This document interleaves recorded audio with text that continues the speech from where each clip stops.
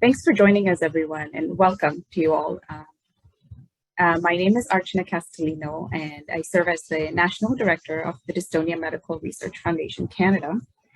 And today we're very pleased to present a webinar to learn more about the non-motor symptoms of dystonia. Thanks to research, we now know that dystonia is more than just a movement disorder.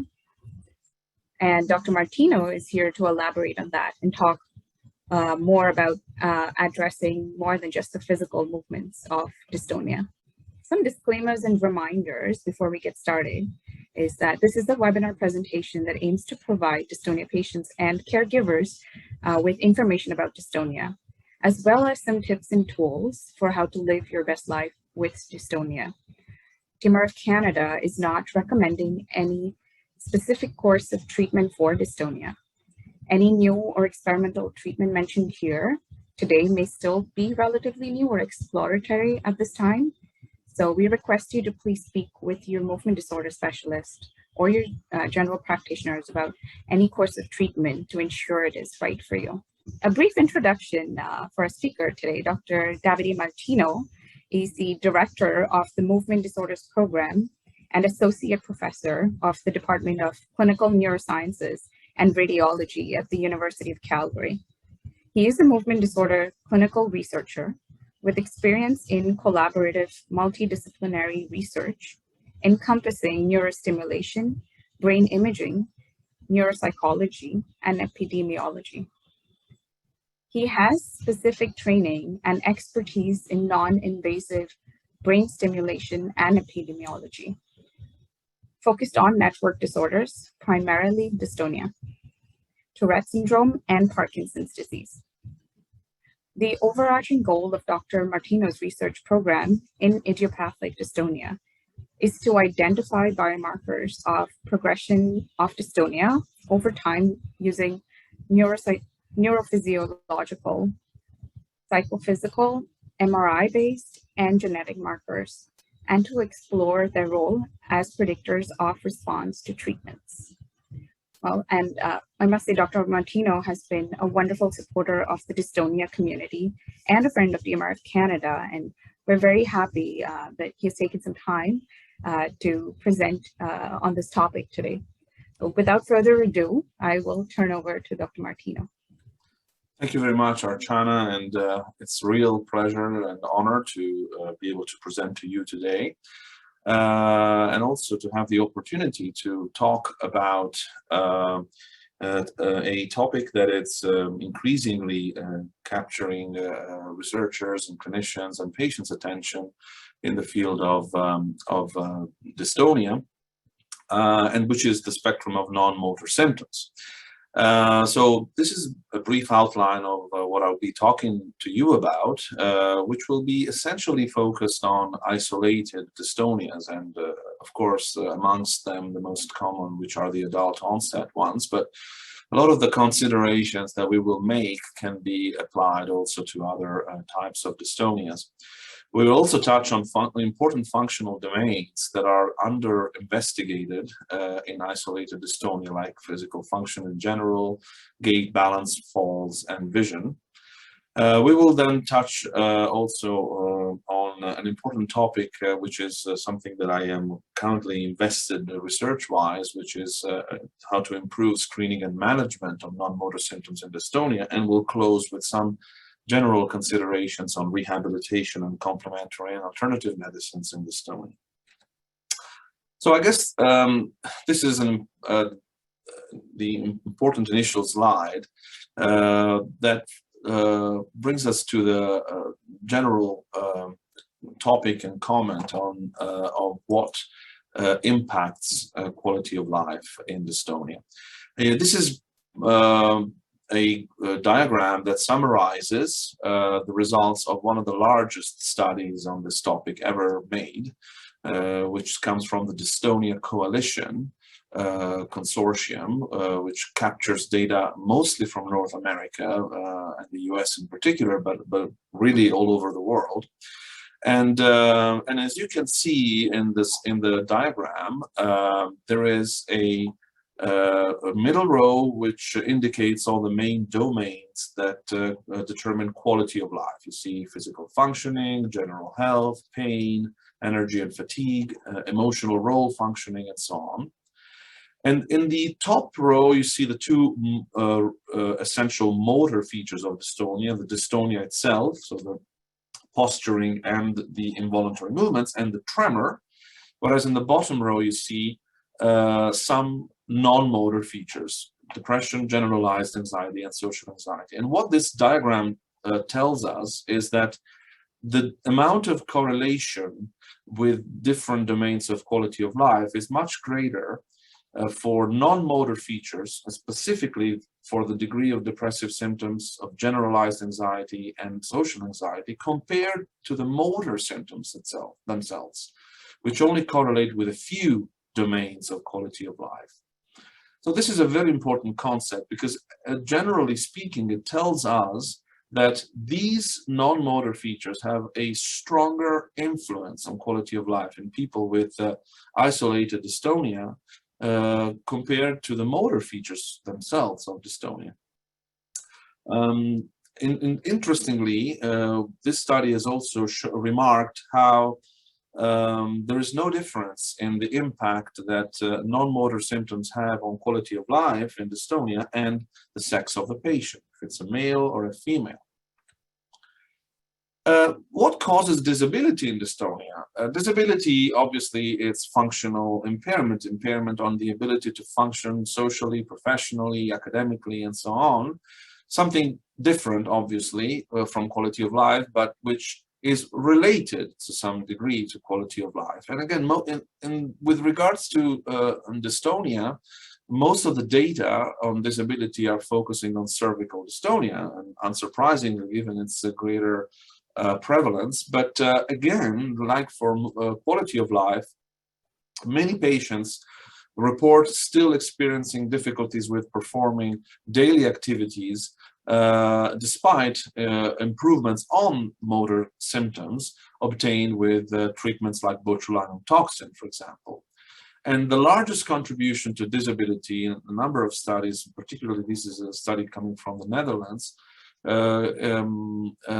is given by psychiatric features and pain, more so than dystonia severity itself. Again, the same concept as we have seen in quality of life.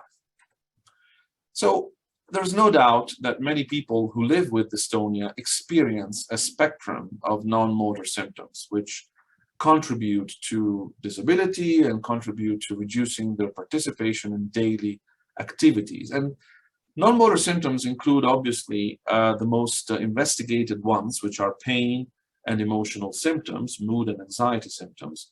But there is also a wider array that includes, of course, sleep disruption, fatigue, and even apathy, a catastrophizing attitude, other types of sensory disturbances, including olfactory and visual problems, have been documented. So the topic, so my talk will bring you towards an overview of what is known about the most investigated of these non-motor symptoms with regards to what they are, how they present, how frequent they are, and also what can be done therapeutically to help them. And I'll start from pain. As you know, pain is present in a vast proportion of patients who suffer from dystonia. And if we look at cervical dystonia, about 2/3 of people with cervical dystonia complain of pain, which usually starts obviously in the neck and in the shoulders, but spreads more frequently than not to other parts of the body, the upper back, then it goes all the way up to the head, and even to the ipsilateral upper limb, so to the upper limb on the same side of the torsion or the bending of the head. This often brings to issues that are related to headache. Some people with dystonia may indeed have chronic daily headache. They often report, they describe their pain in different ways, such as an exhausting type of sensation, radiating, prickly, neck pulling. They have different terminology that are used to express and describe the pain. Pain can be present also in other forms of dystonia, as I said. If we think of blepharospasm, for example, people with blepharospasm may have a particular aversion to bright lights, which may be painful, or general grittiness or discomfort in the eyes. And certainly there is pain in more than 1/3 of people who have dystonia in one limb. But the question still remains of whether there are different types of dystonia-related pain, and whether we are able to measure and quantify pain and dystonia accurately. And I should also mention that we are now pretty much ahead in a study that it's validating a new clinical rating scale that hopefully will allow clinicians to quantify and measure pain, which would be particularly relevant when it comes to testing the efficacy of a new treatment or a new intervention for pain. So what are the mechanisms involved in pain and the risk factors? Well, there's no doubt that a contribution to pain is coming from the prolonged contraction of muscles. So not just the muscles that are responsible of the dystonic posture or of the dystonic movement. And this applies particularly to cervical dystonia, but also muscles that compensate for the dystonia and basically contrast the involuntary posture or the involuntary movements, because those muscles are also consistently activated by patients. Still, however, we are not sure whether there may be other mechanisms involved, such as, for example, the ability of brain circuits to process pain or to prevent or filter painful sensations. In other words, a central mechanism that is not just coming from the muscles involved in dystonia. We think that likely pain is a multifactorial but still incompletely understood phenomenon of dystonia. We treat it in a very different way, and certainly a lot of patients with dystonia use oral painkillers that are over-the-counter drugs. These are non-specific treatments. They are not really specific for pain in dystonia, such as paracetamol or ibuprofen and others, and should be used obviously always as and when. We know that botulinum toxin may be particularly effective in relieving pain in cervical dystonia, and it is not uncommon that even during those cycles of treatment that haven't really worked that well for the patient, and the movements are still there, or still been there throughout over the course of the 3-4 months of the cycle, in between injections. But even when this happens, though, many patients still report that the pain, however, has being helped, because pain is sometimes even more sensitive to than motor features themselves to botulinum toxin. When this is not the case, however, so when people present with excruciating pain or consistent pain, regardless of a good response to botulinum toxin over the movements, then I would suggest that we have to be mindful that other causes of pain may be happening, including problems related to the C-spine. And so I would strongly encourage to discuss this with your neurologist and evaluate whether more investigations, like, for example, imaging of the spine, might be needed. Deep brain stimulation for dystonia is likely to reduce pain, and there are some initial preliminary evidence that some non-invasive treatments, such as the use of kinesiotaping, or even non-invasive neuromodulation involving magnetic stimulation or current stimulation, might improve pain. But these are very, very preliminary data. So moving now to probably the most important and frequent of all non-motor features in dystonia, depression and anxiety. Well, this is really data coming from Calgary, just to give you a snapshot of what a representative clinical service for dystonia may show and demonstrate around depression and anxiety. So we have used a very sensitive, a very complex way of screening for depressive and anxiety disorders, which is a long diagnostic interview, the SCID-1, in patients with dystonia and patients with hemifacial spasm. And we have noticed that the frequency and the prevalence of a current or lifetime exposure to depressive or anxiety disorder is about twice as much in people with dystonia compared to hemifacial spasm patients who come to the same clinics pretty much with at the same intervals, but do not have a dystonic condition. And interestingly, there was no difference in our population between people with depression and without depression with regards to how spread the dystonia was in their body, if they had other body sites other than cervical dystonia affected by dystonia. There is also another study that has shown in Ireland how the presence of a mood disorder early in the course of their life may anticipate the onset of adult onset cervical dystonia, or at least is associated with an earlier age of onset of cervical dystonia. It is important to say that about 60% of people who have dystonia and depression have started having a depression or an anxiety disorder before the onset of dystonia, which is a very important point. Which brings me to this other study that we have done, that I have done in collaboration with Swedish colleagues who, and the reason which I collaborated with these Swedish colleagues is that they have, in Sweden, they have this incredible national patient registries that are provide a wealth of population-based data that may allow us to look at associations between conditions over millions of people. And what the bottom message, the bottom line message of this study was that the risk of that people with dystonia have a twofold increased risk of diagnosis of a depressive disorder, and an even greater than two risk of having an anxiety disorder. But I also found two interesting things in this study, that there's an 80% greater risk of suicidal behavior in people who have isolated dystonia, which is obviously concerning and should always be considered by clinicians.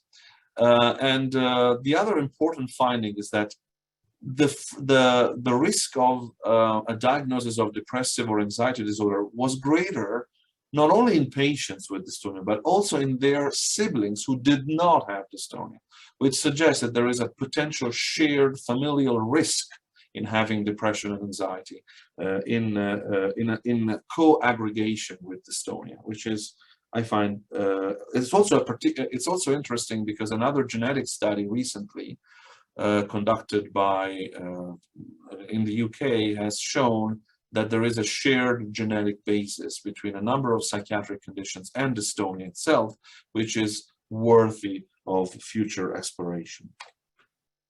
We also wanted to look at all the different studies that have been done so far coming from clinical populations, and to measure the prevalence of depression and anxiety disorders in people with adult onset idiopathic dystonia. And I can tell you that these systematic reviews that have been published this year have concluded that in the clinical populations, between 30 and 31% of people with the different forms of dystonia have a depressive disorder, which particularly major depressive disorder, which is a little bit more severe, obviously, than dysthymia, even though different types of dystonia may be associated with different types of prevalent depressive disorders.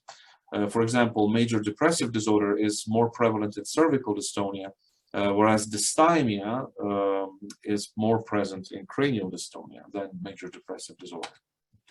In the context of anxiety disorders, the most represented in the population of adult onset isolated dystonias are social anxiety and social phobia, followed by generalized anxiety disorder. But if you look at any kind of anxiety disorder, more than 40% of patients with adult onset isolated dystonia have this in their history, which is obviously, it's not just in their history, it's also, this is a prevalence at the time of study, which is a current prevalence, which is a very striking information. This is another population study, which I find interesting, from Finland, not Sweden.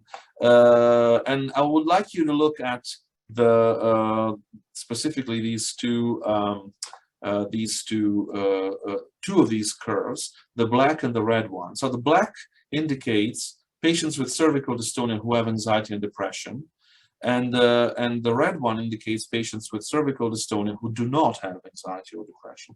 And the course indicates the retirement events, early retirement events. So you can basically, what this is telling us, that people who the presence of anxiety or depression in cervical dystonia is significantly associated with an anticipation of the age at retirement. And if you think that people with these conditions are still at the peak age of their productivity, you can imagine how important the impact of anxiety and depression on these patients is. Another study that we have done, it's a study that looked at social cognition. Now, what is social cognition? Social cognition is a study of neuropsychology that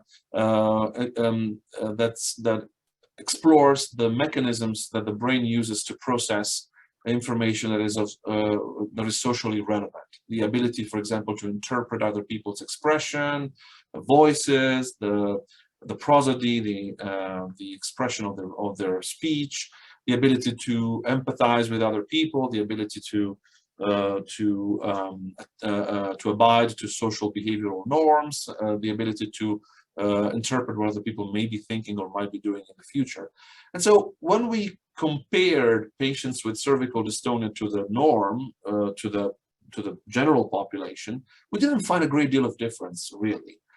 The most interesting finding was that people with dystonia also had some form of anxiety, especially social anxiety. They were more perceptive of the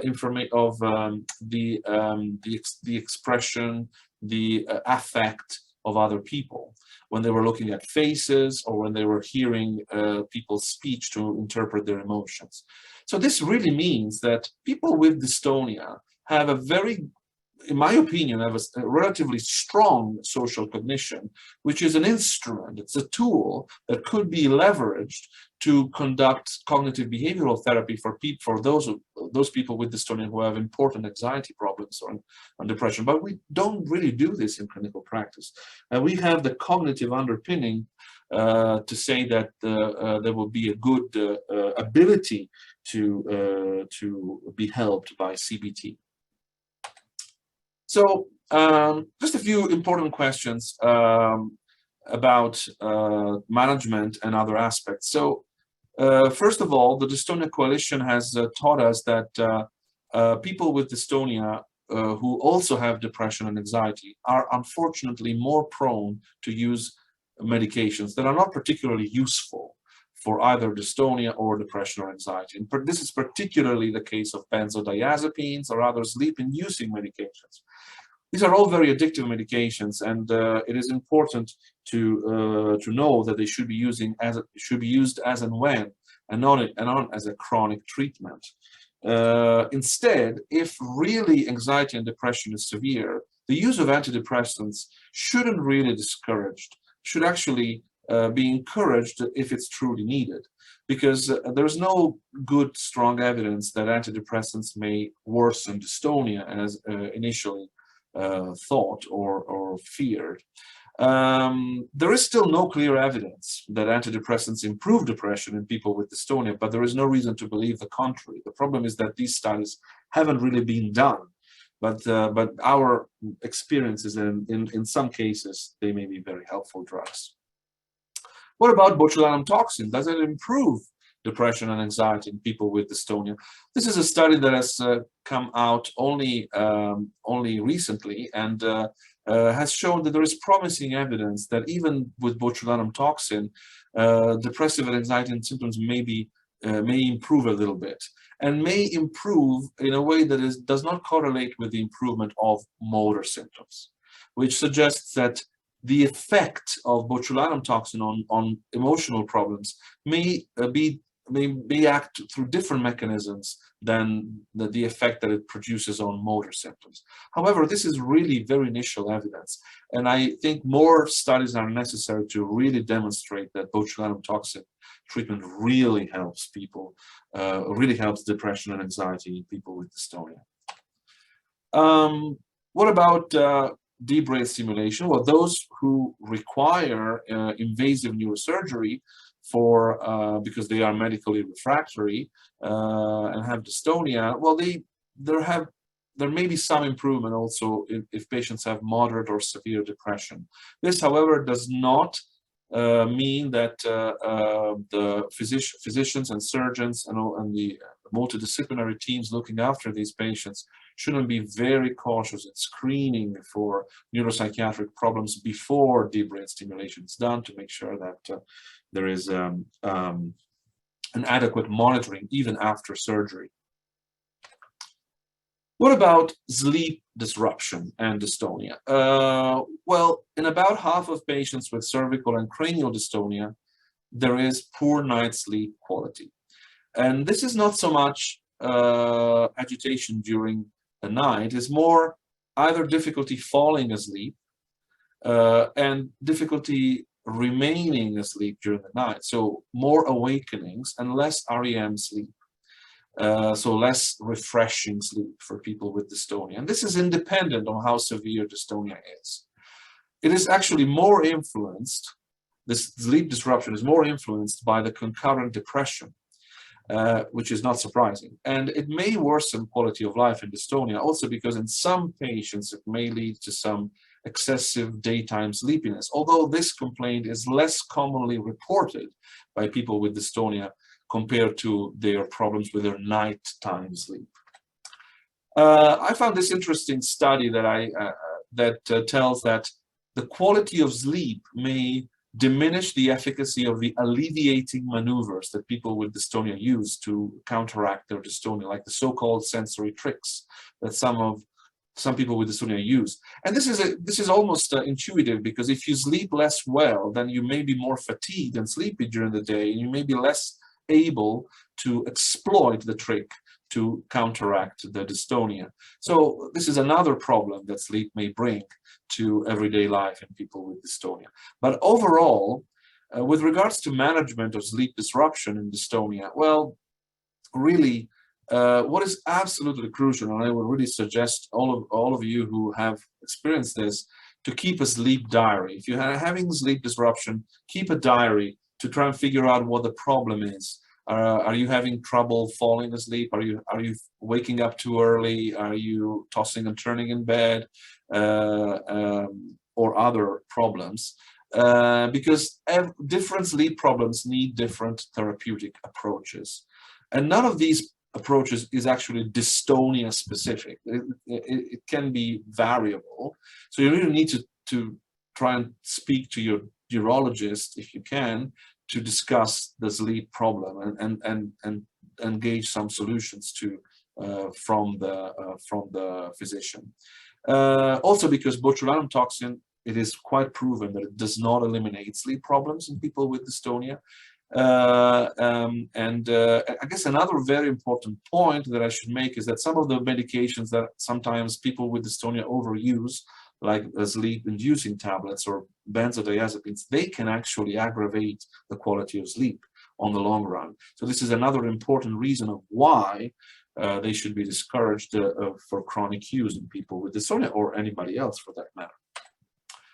Fatigue has been described more recently in people with dystonia, and it's a surprising more than 40% of adults with dystonia report moderate to severe fatigue during the day. Again, this impacts quality of life. it seems a little bit detached from sleep and depression, although it is obvious that if you don't sleep well, you will feel more fatigued the day after. But this piece is the most important one. Fatigue may be a significant barrier to engagement in exercise and physical activity. And this is why it should be brought to the attention of the physician when a patient with dystonia has fatigue. So as you can see, one of the recurring themes recurring concept I'm trying to bring forward here is that do talk actively with your physician and with your neurologist about non-motor symptoms. Don't just put them under the carpet. Don't pretend they don't exist. Don't pretend that they are not they're not interesting to your neurologist. They should be. They really should be. With regards to physical function, gait, and balance, well, people with cervical dystonia in particular may be having some issues in processing information coming from their own body. Not just coming from their own joints and muscles, but also coming from their inner ears that control the sense of position, as well as their eyes and their vision. This actually translates into what the first studies on gait in dystonia and cervical dystonia have shown, that people with dystonia, they tend to walk slower and have some gait deficits. And this is very important. Again, if you are working with a physiotherapist, it is important to discuss this with the physiotherapist, because most of the attention and the focus during any kind of physiotherapy is on the neck, is on the cervical region. But actually, we should add physical function assessments and assess postural control and gait in people with dystonia, even if they don't have dystonia in their trunk or in their limbs. Because gait retraining, such as stepping reaction exercises, to improve balance and gait may be very appropriate for people with cervical dystonia. Also because there are surveys that have demonstrated and shown that people with dystonia may have an increased fear of falling than people without dystonia of the same age. I would say that if you compare dystonia to Parkinson's disease, well, yeah, the fear of falling is lower in dystonia than in other neurodegenerative or progressive conditions. But if you compare, but the fear of falling and the falling experience and the balanced confidence of people with dystonia is comparable to that of older healthy people, which is an interesting concept that again should attract the attention of allied health therapies. So the importance again of assessing balance and falls risks in the dystonia population during rehabilitation. This applies again not just to people with truncal or lower limb dystonia, but even in isolated forms that affect the neck, the face, the voice, or the hands. People with dystonia, also particularly cervical dystonia, they tend to have some swaying of their body, even when their eyes are open. So this has been demonstrated by some specific kinematic studies, and interestingly, this means that they can't use vision in the same way to maintain their center of gravity within the base of support to the same degree as normal. This may arise from the abnormal head posture. So, in other words, vision cannot be relied upon as a reference as people without dystonia would normally do. And these are some just examples of quotes from participants to a survey that show a reduced vision-related quality of life. Because of the movements of their head, their eyes get tired because of vision blurriness, and eyes not really facing what they want to see due to the twisted head. And so they all constantly have to look out of the corner of their eyes or not look at all, which may influence their judgment of distance when they take steps or when they walk through narrow walkways. And as a result of that, they may become more easily unbalanced. So this is actually very important. And once again, creates the link between this different use of visual input and balance and falls in people with dystonia.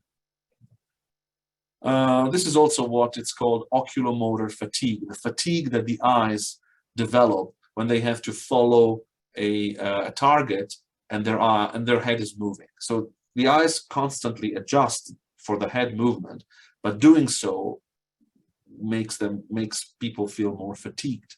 This visual compensation is actually quite fatiguing, but should be definitely taken into account when we are considering holistic approaches to rehabilitation in dystonia, which is where the future is going. So now I would like to switch gear and or simply shift to a slightly different topic. So what can be done to improve screening and management of all these problems? And this is something that we have been working on, and this Dystonia Medical Research Foundations and also support group leaders and members have been extremely helpful in conducting qualitative research to gauge what, according to health professionals and patients people with lived experience of dystonia, believe are the main barriers to screening and management of these symptoms in the routine clinical care, and what the facilitators might also be. We've actually conducted this study all across Canada in 3 different provinces from east to west, and we've done this through focus groups and interviews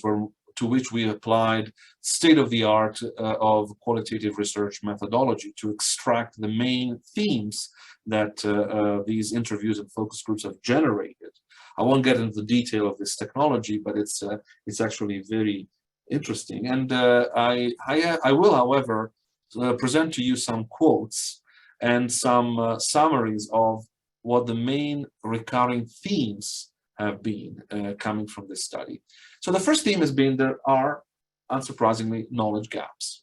And so patients who may have insufficient knowledge of the link between mood, anxiety, and dystonia.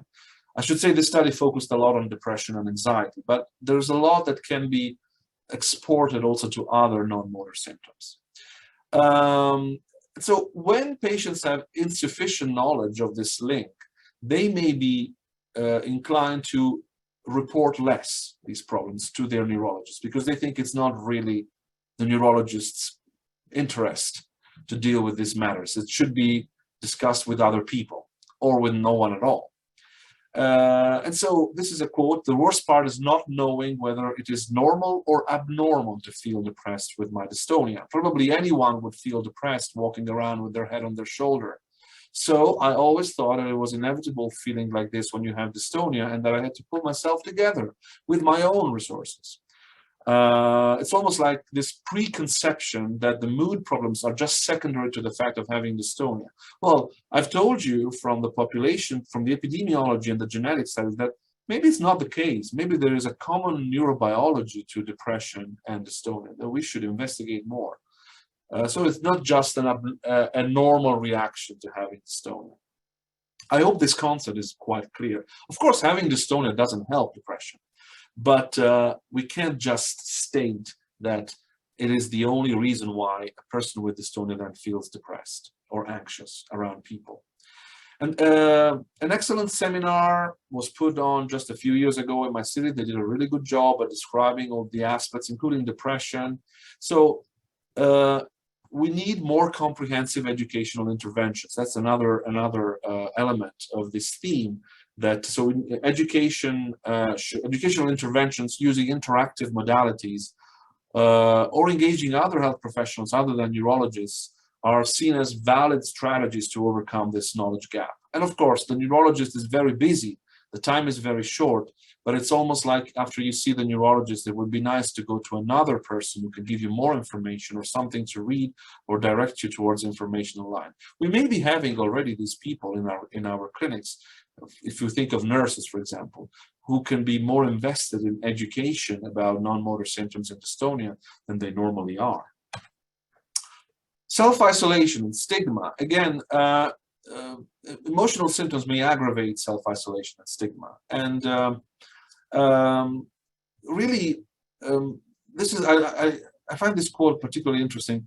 I will have the odd person that will come up to me and ask me if I have Parkinson's, or if I am under a lot of stress, or even if I have just come out of rehab. I have learned over time that people are inquisitive or simply commiserate you, and as a result have become quiet and withdrawn. So this feeling of not being able to explain very well to other people why they have this certain motor symptoms and why they are also concurrently feel depressed and anxious creates a vicious cycle. Basically makes people more introverted and less prone to discuss these problems with health professionals, but also with their close ones or their friends and acquaintances. And an interesting qualitative study done in the UK has shown, and our channel will probably be happy to hear this, that accessing social support within patients' organizations is one of the best tools to reduce this feeling of self-isolation and stigma that fuels depression and anxiety as well in people with dystonia. And also it's the belief that, again, other physical symptoms like pain, for instance, might also be causing the dystonia, which is another partial source of misinformation. The communication skills of physicians. And he kept giving me pills, he did not have time to talk. That level could be looked at. I think it's not the doctor's fault. It's what I call the curse of botulinum toxin, the fact that it's effective and everybody wants it and it lasts only 3 months. So we need a lot of appointments, but these appointments can only be very short, 10, 15 minutes. So is there really time to talk about all these other problems? So we have to find a strategy, a way to fit this burden of non-motor symptoms into routine clinical care. And part of that is that we should reorganize the activities at the level of the movement disorders clinic. Also because movement disorders clinics often look after different types of patients, not just dystonia patients. Sometimes they are mixed. They have, in the same list, physicians see a Parkinson's patient, then a patient with tremor, then a patient with tics, and a patient with dystonia. So what would help things is if patients could fill out screening tools that are validated and informative and already pre-screen this type of information and provide it to the health professional in an efficient way that saves time but allows the physician to get straight to the bottom of the problem or at least be informed that there is a problem, because sometimes this is just what doesn't happen. We often don't know if our patients with dystonia are depressed, anxious, have sleep problems, or are fatigued and whatever. And so using the local networks of providers is crucial.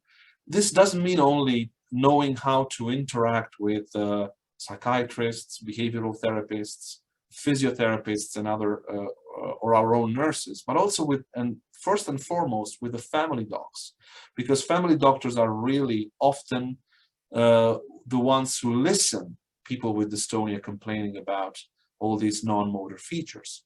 But I find this probably as the most important quote that I like to present to your attention. Around the time of my diagnosis of dystonia, I started feeling anxious around people and often tearful and depressed. My GP told me it was because I had dystonia, and to talk to my neurologist. My neurologist disagreed and threw the balls back into the GP's court. I lived like this for more than 3 years, feeling increasingly hopeless.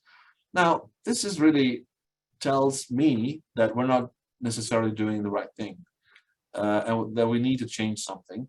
And sometimes just improving the communication through clinic reports between family physicians and neurologists is what is required to prevent these things from happening.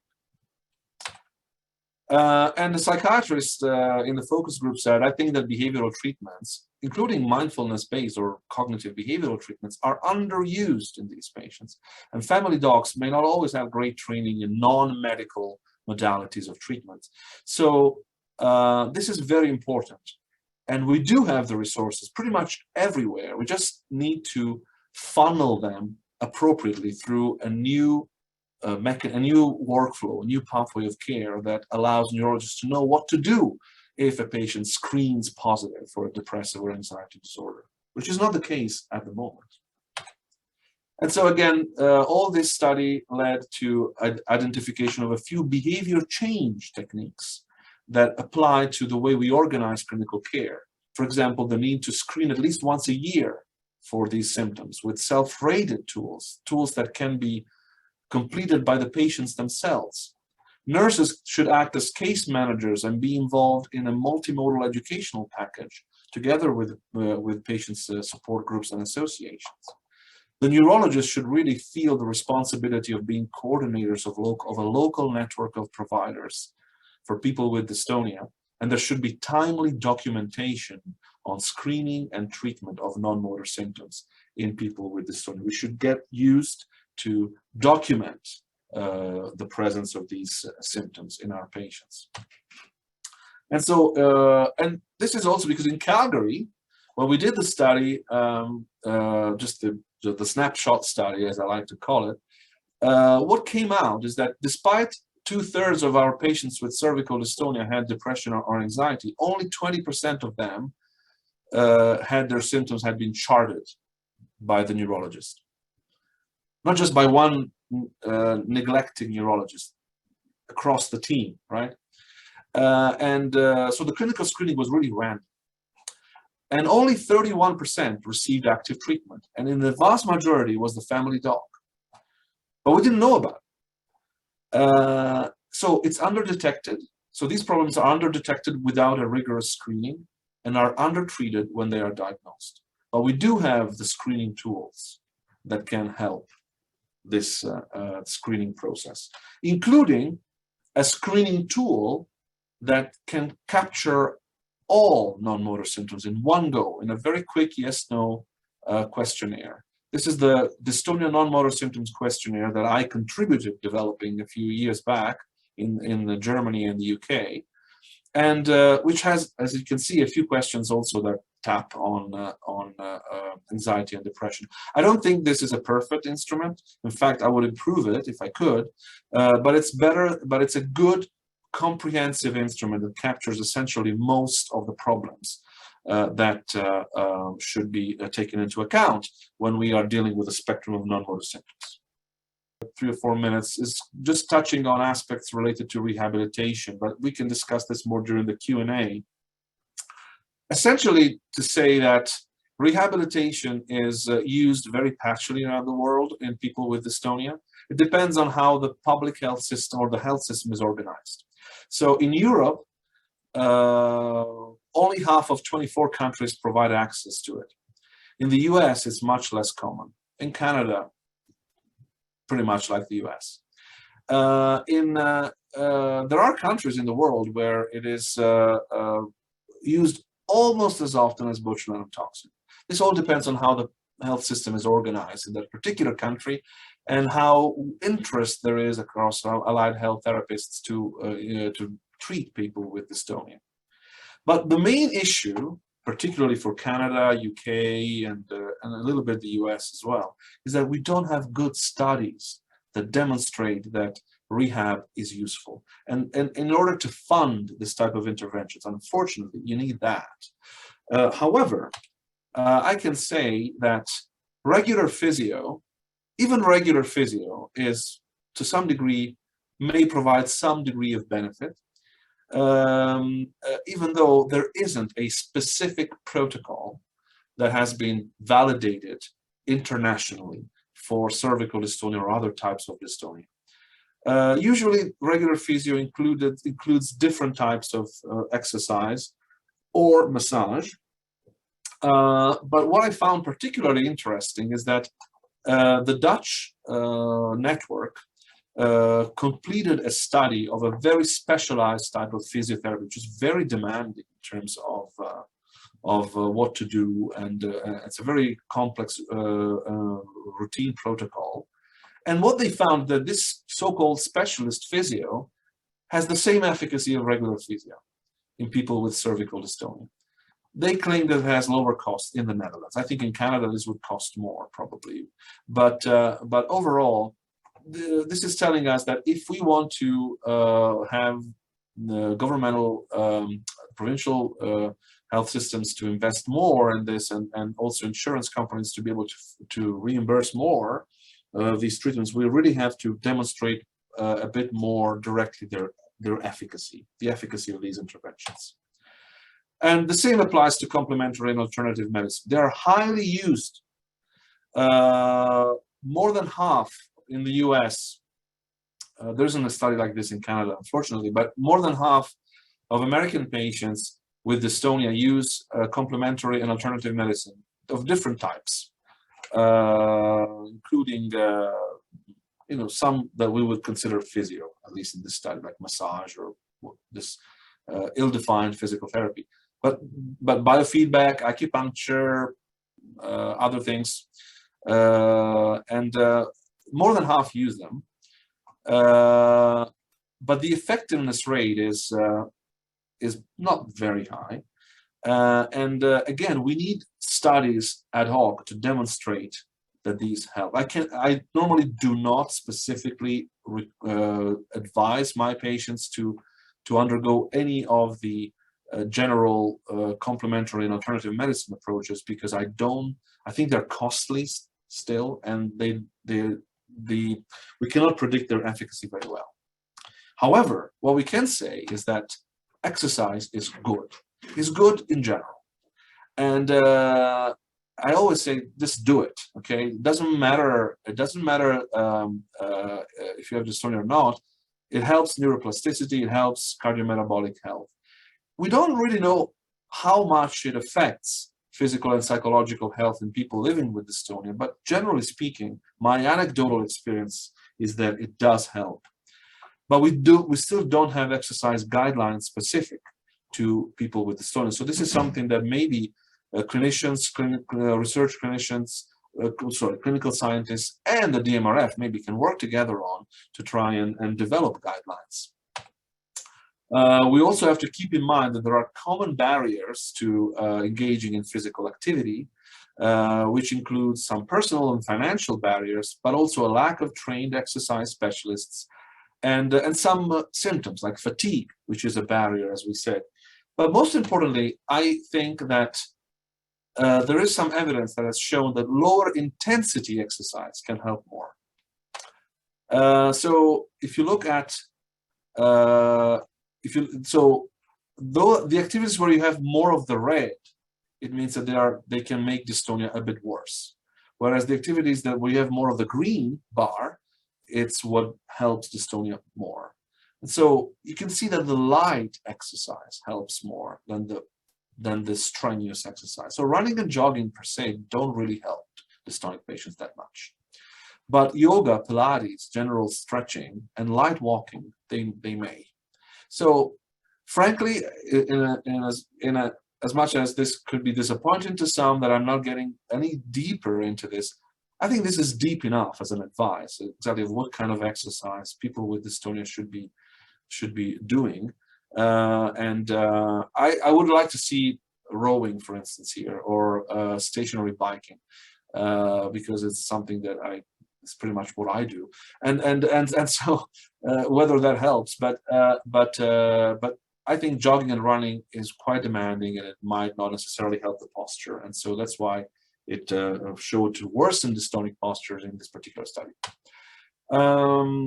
But overall, I would say people with dystonia face extensive barriers to physical activity and exercise engagement, and more effective, tailored interventions are needed to reap the benefits of activity for overall health and well-being in this population of patients.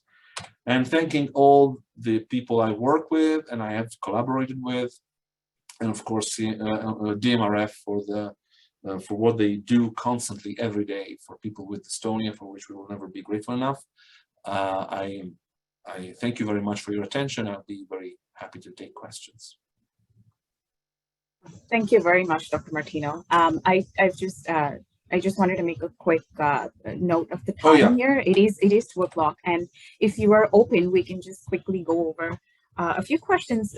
Most of them were already answered through your presentation. Unless, okay, as you like, unless you want to go through your tools and resources for that. Oh, yes, we'll go as you prefer, as you prefer. we have, but do we have 5 minutes, Dr. Martino? I do. In addition? Oh, perfect. I do. Thank you. So, well, thank you. So I want to say that this presentation was very helpful, and it definitely, I believe, will help empower patients to seek more out of their visits to the neurologist and get better treatment for the dystonia. We heard comments from people that they've never heard of non-motor symptoms of dystonia. So thank you so much for this very useful resource that we will now have on our website. And along with the tools and resources on our website, I wanted to highlight for everyone that we do have this page called the non-motor page on our website. Thanks to Dr. Martino for drawing our attention towards it. We've compiled a few additional resources on them, which include some fact sheets and some resources from our sister organization, the DMRF, as well as some resources from the Canadian Mental Health Association in Canada. We can move on to the next slide. Also, in response to the community's need for support for mental health, we have put together, sorry, it's the previous slide. We have put together this page with various resources and to help you and to let you know that help is available and you are not alone. We can move to the next slide, thank you. And if you do feel alone in your dystonia journey and you need to talk to someone, we have our amazing volunteers through our support group network who are willing to hear you. And a reminder that they are not trained professionals, they are peer contacts. So you can have a chat with them to help with the isolation, and they may help point you in the direction of some resources locally. All right, without further ado, I think I will move on to answer some of the questions that have been asked or unanswered. I'll keep this up so that people can. Sure. So a question someone asked is, if the motor symptoms of dystonia go into remission, will the non-motor symptoms of dystonia also improve? It's a very interesting one. It's a great question. And unfortunately, I don't have the answer to this because there's no data on this. But the Dystonia Coalition is a wonderful source of data that could be able to answer this question, I think. I don't want to bet. I don't want to predict. I just want to observe and see what happens. Unfortunately, my personal experience is that we don't, sometimes when there is remission, I tend to see patients once a year. And so I don't have I cannot really tell on top of my head if I have learned enough from my own patients about this particular aspect. But I think it's a great question that would teach us a lot about the mechanisms also and the natural history of non-motor symptoms. So thank you for the question. And thank you for asking whoever asked that. An important piece is also to the community, a reminder, there is the Global Dystonia Registry. If you haven't signed up, please do sign and contribute to the data collection. Another question is, how common is insomnia in cervical dystonia? Yeah, as I mentioned, it's about half of the patients with dystonia may have some form of insomnia. Either we'll call early insomnia, which is increased latency to sleep, difficulty falling asleep at the beginning of the night, or intermediate insomnia or late insomnia, when sleep is interrupted during the night, or when there is early awakening. And so the person wakes up at 4 o'clock and then cannot fall back asleep. This is present, and we notice that it's mostly associated, influenced by depressive and anxiety comorbidity. So sometimes treating that helps sleep.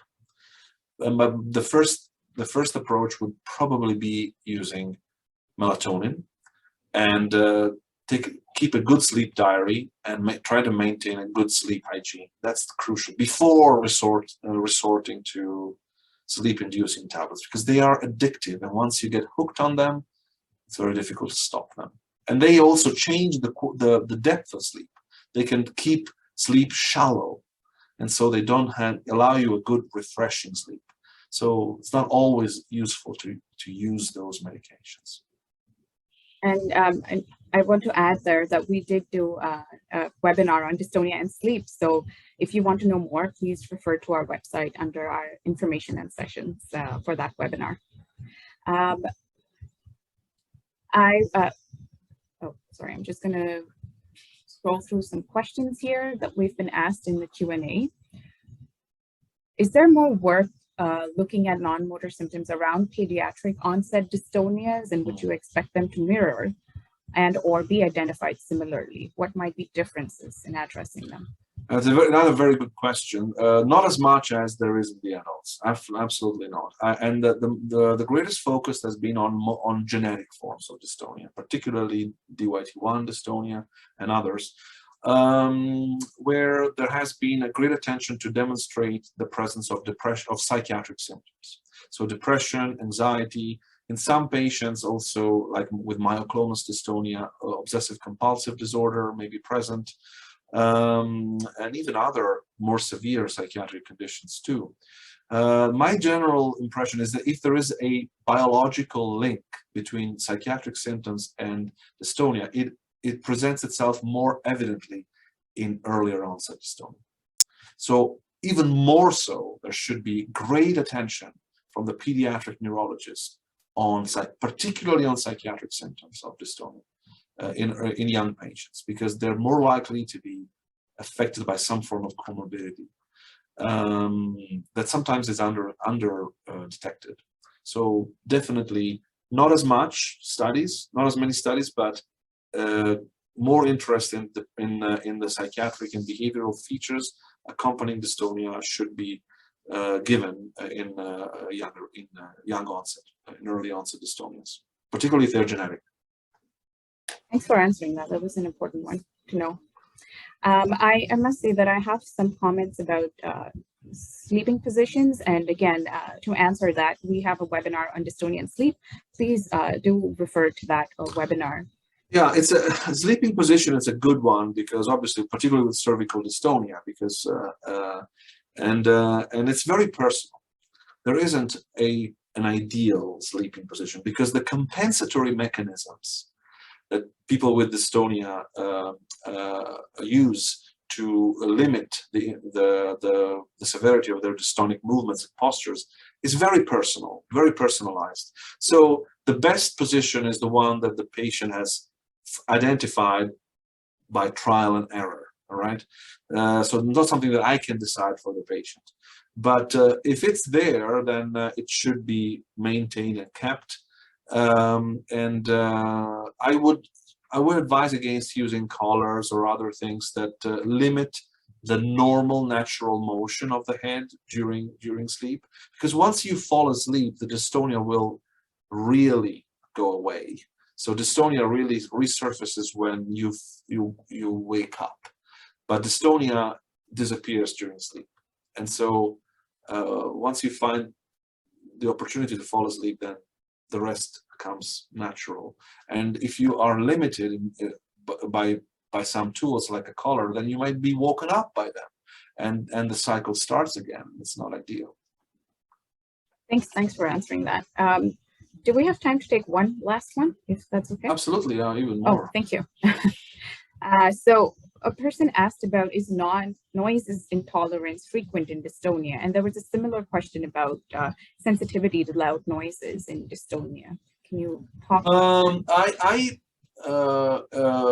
Yeah, I mean, the sensitivity to light in people who have blepharospasm is something different, I think. And it's very specific, and it's related to the grittiness and the sandy eyes. The sensitivity to environmental noise, and it's variable, and it depends on the general levels of anxiety that the individual has. I wouldn't say, as far as I'm concerned, I don't know whether there is a different threshold, of sensitivity to noise, like there is in other conditions like Tourette syndrome, for example. Because it's not really been investigated. It's a great research question, actually, and thank you for the suggestion. I think that it's my experience. It's related to the levels of anxiety. If a person has social anxiety or has generalized anxiety, they will be more likely to react negatively to this type of stimulation, and sometimes treating the anxiety helps that aspect too. Thanks so much. Quickly skimming through some of the questions, we've been asked quite a few questions, and if we're not able to answer all of them, I just wanted to let everyone know that I will send them to Dr. Martino, and he will try his best to answer them. Frankly, there's such good questions that are giving us research ideas. So please send them, and I will answer them. And if with your permission, maybe even use them for research ideas. Absolutely. And to let everyone know and to help you feel at ease that these questions are being sent to doctor as anonymous questions with no identifiable information. So perhaps since it's 2:10, I think it's time to wrap up. So I thank everyone for taking the time to listen to Dr. Martino and sharing your concerns, your questions with us, and giving us some information that we at the foundation can also use to work and improve in our service to the community. And thank you very much, Dr. Martino, for taking the time to talk to the community and for all of your efforts and your dedication to helping improve lives for the community. Likewise, thank you very much for inviting me. It's been a real pleasure and privilege. Thank you.